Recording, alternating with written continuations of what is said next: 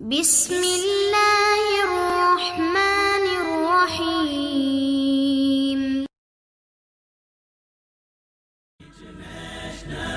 Islamic Research Center. السلام علیکم ورحمۃ اللہ وبرکاتہ. صحیح بخاری شریف کے اندر روایت موجود ہے. آپ علیہ السلام نے فرمایا خیر الناس، لوگوں میں سب سے زیادہ بہترین آدمی وہ ہے جس میں دو چیزیں ہوں.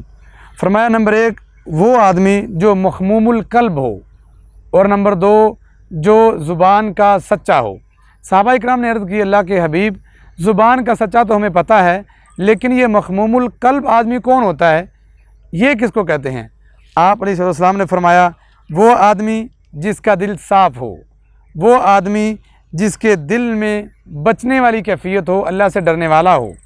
نمبر تین فرمایا وہ شخص جس پہ کوئی گناہ نہ ہو، وہ گناہوں سے بھی بچنے والا ہو. نمبر چار فرمایا جو دھوکے باز نہ ہو. اور نمبر پانچ فرمایا جس کے دل میں کوئی حسد نہ ہو. یہ روایت صحیح بخاری میں حدیث نمبر 3291 ہے. آئیے دیکھیے ہماری زبان سچی اور ہمارا دل پاک صاف دھوکے سے بچا ہوا اور حسد سے بچا ہوا ہے کہ نہیں ہے.